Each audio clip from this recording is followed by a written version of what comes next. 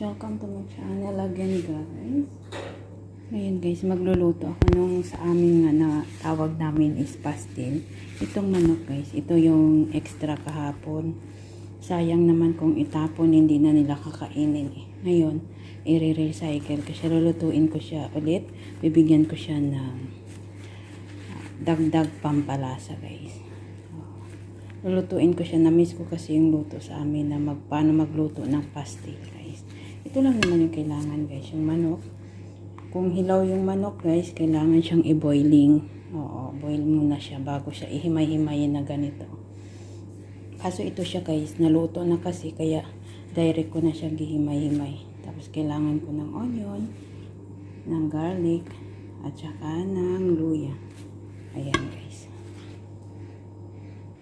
Ngayon, simula na ako magluto guys. Ayan. Lagyan ko lang siya ng oil. Ayan. Hintayin ko lang na mag-init yung oil guys ha.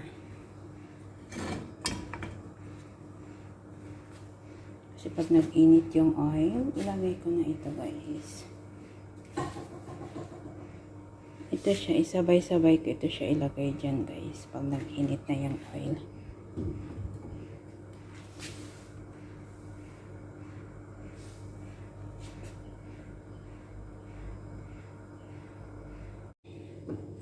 Ayan, ilagay ko na ito guys.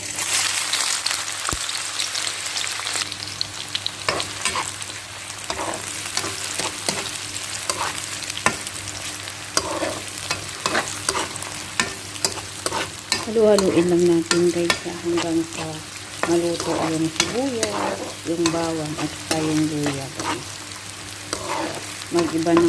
Mag-ibang kulay na yung sibuyas guys. Ayun, ilagay na natin yung manok.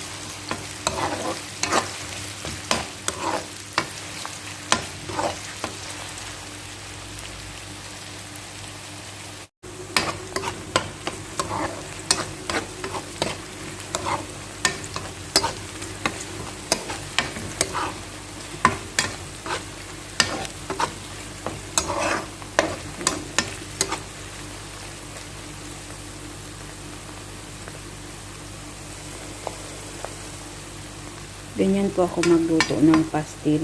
Kasi ito yung isa sa mga paborito ng mga anak ko, yung pastil. Kaso wala ditong dahon ng saging. Kasi may dahon ng saging guys.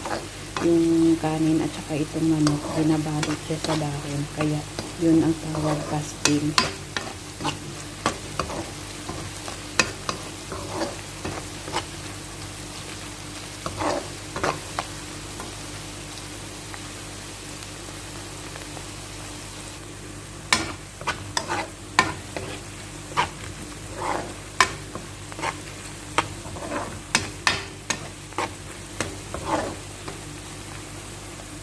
Tapos guys, ito, hayaan lang siya ng ganyan. Tapos para hindi masunog yung sibuyas, yung bawang guys, halo-haluin lang siya ha.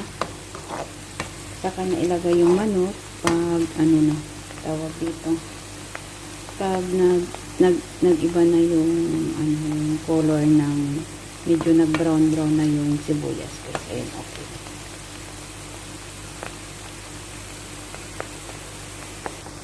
Ayun na guys, ilagay ko na yung manok.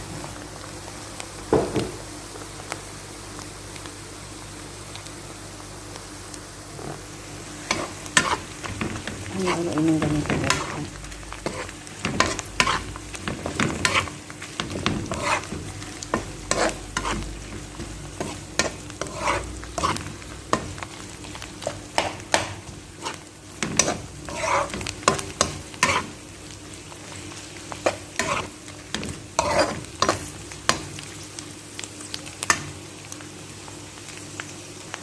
Lagyan natin yung magic cube. Lutuin siya sa maliit na apoy guys ha. Tapos kailangan halu-haluin lang siya para hindi siya masunog guys.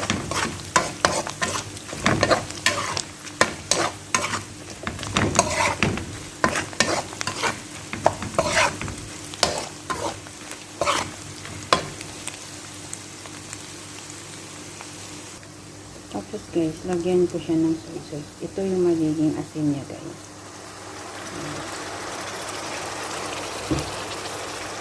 I-estimate nyo lang yung soy sauce guys para hindi siya magkalat.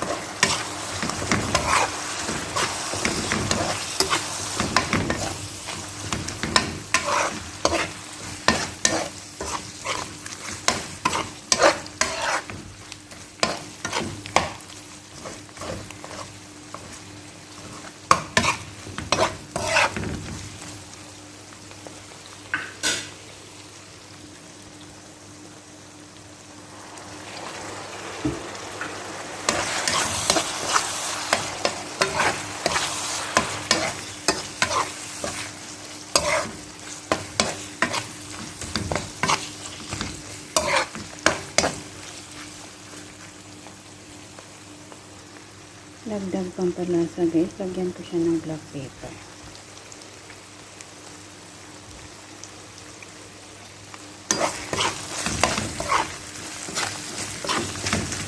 Guys, every 5 minutes halu-haluin siya para hindi masunog yung manok na niluluto guys.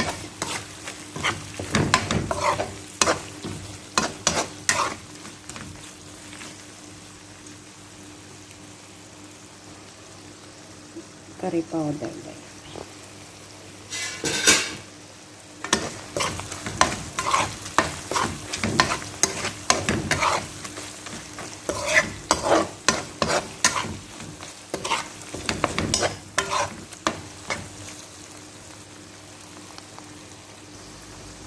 Lagyan natin ng paprika mix. Kasi may paprika dito, lagyan natin padagdag pampalasa.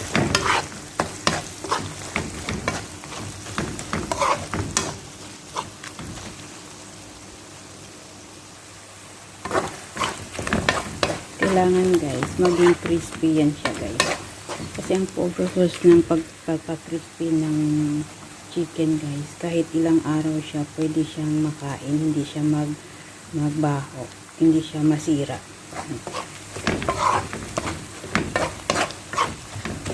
Yan po yung purpose ng ganitong pagluto, yung maluto siya masyado, mag-crispy siya, para hindi matagal siya masira guys. Kahit na hindi agad maubos kainin, pwede pa siya mga ilang araw.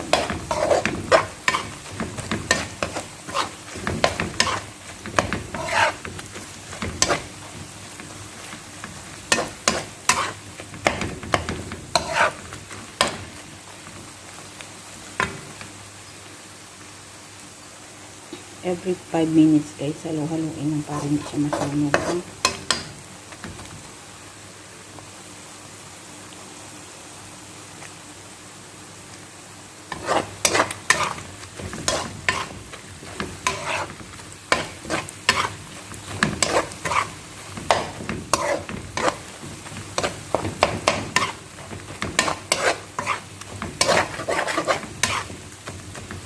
Pag mag-crispy na konti yung manok guys, pwede na siyang tanggalan ng apoy.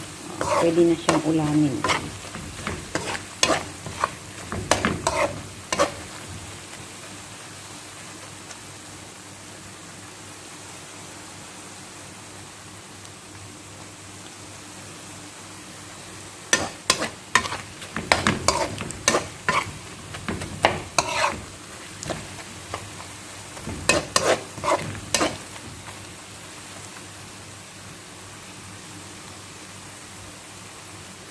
Tapos guys, lagyan ko na siya ng green chili para dagdag pampalasa guys.